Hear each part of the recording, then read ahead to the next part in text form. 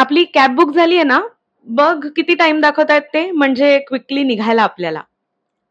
टाळ्यांच्या गजरात सिनेमा संपल्यानंतर बाहेर पडताना जिन्याच्या दारात ऐकलेलं हे वाक्य. क्रांती ज्योती विद्यालय मराठी माध्यम हा सिनेमा टाळ्या, शिट्ट्या वगैरे घेईल कदाचित, पण सिनेमाच्या परिणामकारकतेवरच प्रश्नचिन्ह लावेल असा हा छोटासा प्रसंग. कसं आहे, गोष्ट सांगण्यासाठी न बनवता विषय पोचवण्यासाठी जेव्हा सिनेमा बनवला जातो, तेव्हा त्यापुढे हा असा सापळा आधीच बनलेला असतो. पण लेखक दिग्दर्शक हेमंत ढोमे हा खरं तर Raju Hirani school of film मेकिंगच्या पहिली दुसरीचा विद्यार्थी असल्यासारखा आहे. त्यामुळे लोकांना हसवत रडवत प्रबोधन केल्यासारखं करायचं, ही राजू हिरानीची तशी प्रॉब्लेमॅटिकच असलेली स्टाईल, पण हेमंत ढोमेनी ती उचललीय. बाकी गोष्टीत विशेष काही नाही.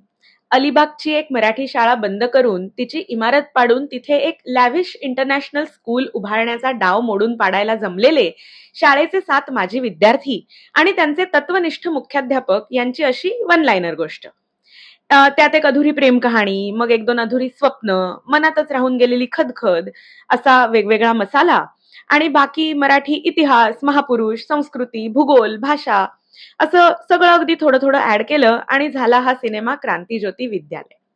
आता यामध्ये अमेय वाघचं कॉमिक टायमिंग बऱ्यापैकी चांगलं असल्याने सिनेमा तसा जवळपास त्याच्याच खांद्यावर उभा राहतो. बाकी मग सचिन खेडेकर आणि शेवटाकडे जितेंद्र जोशी सुद्धा गरज नसताना चौथी भिंत ओलांडून अगदी आपल्या डोळ्यात डोळे घालून डोळ्यात प्रबोधनाचं अंजन घालायचं प्रचारकी काम करतात आणि ते सुद्धा अगदी वादविवाद स्पर्धांच्या धर्तीवर. बाकी म्हणाल तर गोष्टीत विशेष असं काही नाहीच आहे. कारण मराठी शाळा महाराष्ट्रात संपत चालल्या आहेत हा विषय काही नवीन नाही. इथे अगदी सगळ्या पक्षांच्या सत्ता होऊन गेल्या तरी गेल्या कैक वर्षात न सुटलेला हा प्रश्न एवढा सिम्प्लिस्टिक आणि बटबटीत सिनेमा बघून सुटणारच नाहीये.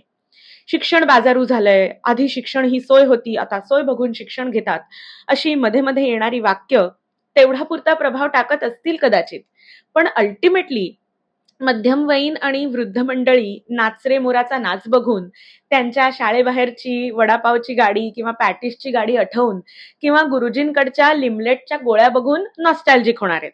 बाकी कोकणातले ड्रोन शॉट्स, प्रयत्नपूर्वक अगदी केलेलं एस्थेटिक लाइटिंग, मध्ये मध्ये येणारी रॅन्डम सॉफ्ट फोकस मधली दृश्य, खास तरुण मंडळींसाठीच केलेलं प्राजक्ता कोळीचं कास्टिंग, या गोष्टी सिनेमा चांगला होण्यासाठी फायद्याच्या नसल्या तरी गर्दी जमवायला बऱ्या आहेत. निर्माती असलेल्या क्षितिजोगच्या वाटेला आलेलं पात्र पुन्हा एकदा असंच विषयाला टिकमार्क करून बाकी पुढचं मागचं काही न सांगता शेतातला रानमेवा घेऊन रिझोल्युशनला पोचतं. पुष्कराज चिरपुटकर, कादंबरी कदम, हरीश दुधाणे यांना करायला फारसं काही कामच नाहीये. प्राजक्ता कोळी ही इतकी प्राजक्ता कोळी म्हणून या सिनेमात आलीये की तिच्या हातात अगदी रोज रील्स मध्ये स्टोऱ्यांमध्ये दिसणारी अंगठी सुद्धा काढून ठेवायला दिग्दर्शकांनी तिला सांगितलं नाही. हॉरिझॉन्टली रील रेकॉर्ड करणाऱ्या पण सुपरहिट असलेल्या अभिनेत्याच्या भूमिकेसाठी सिद्धार्थ चांदेकर ऐवजी सिनेमात कोणीही दुसरा खपला असता. पण तो आहे कारण सिनेमाच्या दिग्दर्शकाला बहुतेक झिम्माचा रिकॉल इथे हवा होता. त्याच रिकॉलसाठी निर्मिती सावंत, मराठी भाषेचा मुद्दा आहे म्हणून चिन्मयी सुमित, जगताप बिल्डरच्या भूमिकेत निर्मातीचे बाबा जोग ऍक्सेंट मध्ये बोलणारे अनंत जोग आणि मग मध्येच येऊन जाणारं सूरज की किशोर की असं काहीतरी एक पात्र, असं सगळं या सिनेमात आहे. गाणी तशी बरीच बरी आहेत. त्यामुळे अमेय वाघचं कॉमिक टायमिंग आणि ही जरा बरी जमलेली 2-3 गाणी हाच काय तो या सिनेमाचा जमेचा मुद्दा.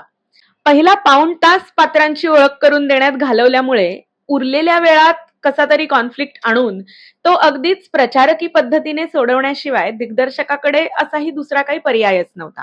अर्थात दिग्दर्शकाला काही वेगळं करायचंही नसावं कदाचित, कारण प्रेक्षकांना काही समजतच नाही आणि चला आता त्यांना शिकवूया या आविर्भावात हा सिनेमा अगदी सपक अशा संवादातून अगदी पात्रांना काय वाटतंय तेही आपल्याला उलगडवून सांगतो.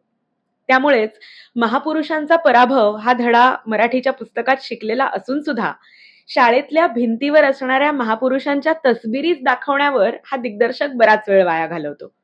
पण हरकत नाही, महापालिका निवडणुकांच्या तोंडावर हा सिनेमा आणलाय, त्यामुळे बहती गंगा में सिनेमाचे हात धुतले जातील आणि क्रांतीची ज्योत पेटवल्याचा एक आभासही निर्माण होईल. मराठी वाचवल्याच्या आभासातच आपल्याला आनंद. धन्यवाद.